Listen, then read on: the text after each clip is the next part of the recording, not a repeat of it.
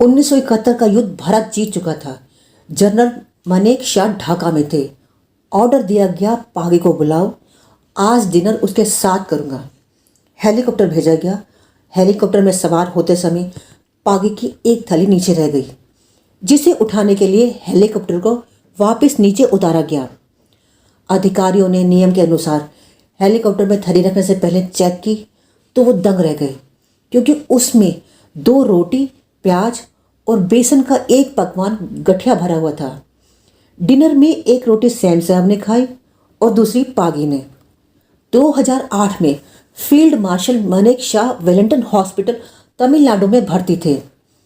बेहोशी की हालत में वो अक्सर एक नाम लेते थे, पागी पागी। डॉक्टर ने एक दिन पूछ ही लिया, sir who is this Pagi? Sam साहब ने खुद ही इसका जवाब दिया। उत्तर गुजरात के सुई गांव की एक पोस्ट को रणछोड़ दास पोस्ट का नाम दिया गया। ये पहली बार था जब किसी आम आदमी के नाम पर सेना की कोई पोस्ट के साथ उसकी मूर्ति भी लगाई गई हो। पागी का अर्थ होता है मार्गदर्शक, मतलब वो इंसान जो रेगिस्तान में रास्ता दिखाए। रणछोड़ दास राबरी को जनरल सैम मानेकशॉ इसी नाम से बुलाते थे। रणछोड़ दास गुजरात के बनासकांठा जिले के पाकिस्तान की सीमा से सटे गांव पैथापुर के निवासी थे। वे गाय पालने का काम करते थे। उनकी जिंदगी में बदलाव तब आया जब वे 58 साल की उम्र के थे। तब पुलिस अधीक्षक वनराज सिंह झाला ने उन्हें पुलिस के मार्गदर्शन के लिए रखा।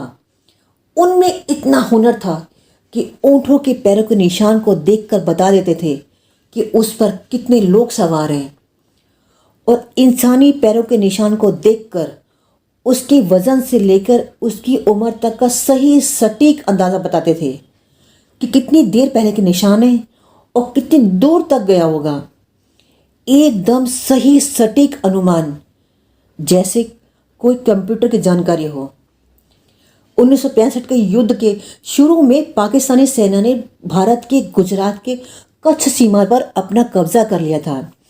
इस मुठभेड़ में लगभग 100 भारतीय सैनिक हताहत हुए थे और भारतीय सेना की एक 10,000 सैनिकों वाले टुकड़े को 3 दिन में झारकोट पहुंचना बहुत ज़रूरी था। तब पहली बार ज़रूरत पड़ी रणछोड़ दास पागी की। रेगिस्तान रास्तों पर अपनी पकड़ की बदौलत उन्होंने सेना को तय समय से 12 घंटे पहले मंजिल तक पहुंचा दिया था। सेना के मार्गदर्शन के लिए सैम साहब ने उन्हें खुद ही चुना था।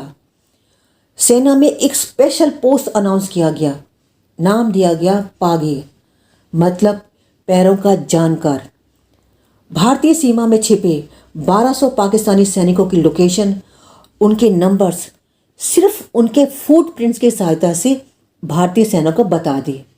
बस इतना ही काफ़ी था भारतीय सेना के लिए वो मोर्चा जीतने के लिए। 1971 के युद्ध में सेना के मार्गदर्शक के साथ साथ उन तक गोला बारूद पहुंचाना भी पागी के काम का हिस्सा था। पाकिस्तान के पालीनगर शहर पर जो भारतीय तिरंगा फहराया गया था, उस जीत में पागी की अहम भूमिका थी।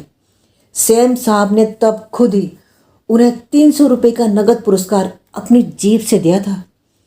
1965 और 1971 में युद्ध में उनके योगदान के लिए पागी को संग्राम पदक, पुलिस पदक और समर सेवा पदक भी मिले। 27 जून 2008 को सैम मानेकशॉ का देहांत हो गया और फिर 2009 में पागी ने सेना से रिटायरमेंट ले ली। तब पागी की उम्र थी 108 साल। जी हाँ, 108 साल की उम्र में उन्होंने वॉलंटरी रिटायरमेंट ली थी और सन 2013 में 112 साल की उम्र में पागी जी का निधन हो गया। उनकी देश सेवाओं के लिए उन्हें कोटि कोटि नमन। जय हिंद।